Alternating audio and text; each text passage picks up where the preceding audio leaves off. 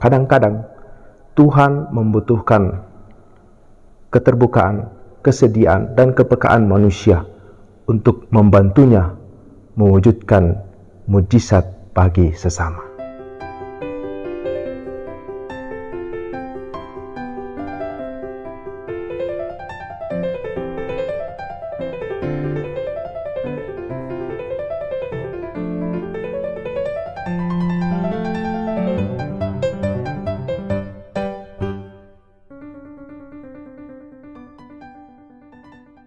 Shalom sahabat-sahabat Indri yang terkasih, selamat jumpa lagi di tahun yang baru ini. Pada hari ini kita akan merenungkan sabda Tuhan dari Injil Yohanes pasal 2 ayat 1 sampai dengan 12. Mari kita mengawali perenungan ini dengan tanda salib dalam nama Bapa dan Putra dan Roh Kudus. Amin. Pada waktu itu ada pesta perkawinan di Kana yang di Galilea, dan ibu Yesus ada di situ. Yesus dan murid-muridnya diundang juga ke perkawinan itu. Ketika mereka kekurangan anggur, Maria berkata kepada Yesus, "Mereka kehabisan anggur." Kata Yesus kepadanya, "Mau apakah engkau daripadaku, ibu? Saatku belum tiba." Tetapi ibu Yesus berkata kepada pelayan-pelayan, "Apa yang dikatakan kepadamu, buatlah." Di situ ada 6 tempayan yang disediakan untuk pembasuhan menurut adat orang Yahudi. Masing-masing isinya 2-3 buyung. Yesus berkata kepada pelayan-pelayan itu, "Isilah penuh tempayan-tempayan itu dengan air." Dan mereka pun mengisinya sampai penuh. Lalu kata Yesus kepada mereka, "Sekarang cedoklah dan bawalah kepada pemimpin pesta." Lalu mereka pun membawanya.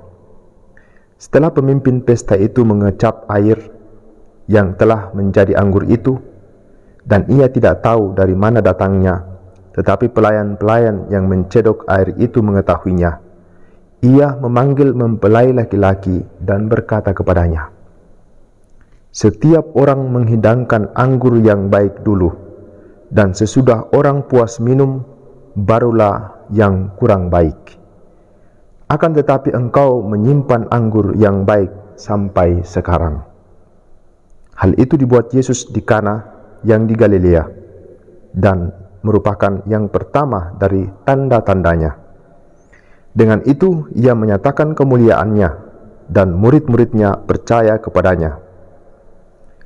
Sesudah itu Yesus pergi ke Kapernaum bersama dengan ibu, saudara-saudara, dan murid-muridnya, dan mereka tinggal di situ beberapa hari saja. Demikianlah Injil Tuhan. Terpujilah Kristus.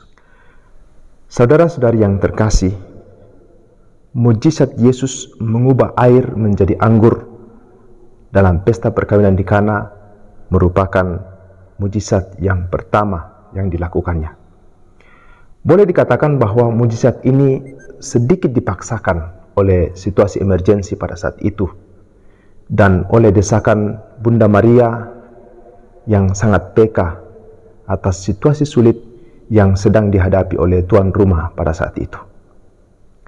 Akhirnya Yesus melakukan mujizat pertamanya dengan bantuan para pelayan yang menyiapkan air, dan anggur yang berubah dari air itu rasanya sangat nikmat. Ada beberapa hal dari kisah mujizat ini yang dapat kita renungkan. Yang pertama, tampaknya mujizat yang dilakukan oleh Yesus tidak diketahui oleh banyak orang selain Maria, para muridnya, dan orang-orang yang membantu menyiapkan air. Setelah peristiwa itu juga tidak diumumkan kepada semua orang dari mana asal-usul anggur yang rasanya lezat itu. Seakan-akan peristiwa itu terjadi begitu saja dan tidak ada peristiwa yang luar biasa di balik anggur yang nikmat itu. Namun sesungguhnya di balik peristiwa ini tersirat tujuan dari sebuah mujizat diadakan. Bukan untuk menunjukkan kehebatan semata-mata Yesus, seorang Yesus, tetapi untuk menunjukkan kemuliaan Allah dan supaya orang-orang yang mengalaminya menjadi percaya atau semakin percaya kepada Tuhan. Yang kedua, mujizat itu terjadi tanpa diketahui oleh tuan pesta, dan tentu saja bukan oleh permintaannya. Mujizat itu terjadi justru karena permintaan Bunda Maria yang sangat peduli melihat situasi yang sulit yang dihadapi oleh tuan rumah. Apa yang dilakukan Maria ini untuk membantu mereka kebutuhan yang mendesak, dan lebih jauh lagi untuk menghindarkan mereka dari rasa malu, dari cemoohan, dari ejekan tamu-tamu yang akan mengalami kekurangan anggur seandainya musibah itu mereka alami.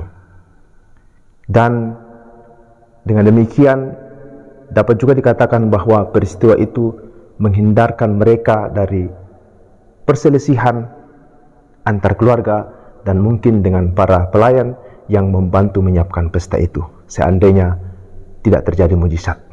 Syukurlah berkat kepekaan dan kepedulian Bunda Maria, juga berkat bantuan para pelayan yang setia dan Yesus yang bersedia melakukan mujizat, hal-hal yang negatif yang dikhawatirkan dapat dihindari. Dan yang ketiga, saudara-saudari yang terkasih, mujizat itu terjadi dengan melibatkan peranan orang lain. Selain Yesus, ada Maria dan para pelayan yang menyiapkan air dalam tempayan. Hal ini dapat kita renungkan bahwa kadang-kadang Tuhan membutuhkan keterbukaan, kesediaan, dan kepekaan manusia untuk membantunya mewujudkan mujizat bagi sesama. Pertanyaan bagi kita sekarang adalah, apakah kita bersedia dan terbuka untuk terlibat dalam karya mujizat Allah bagi sesama yang membutuhkan?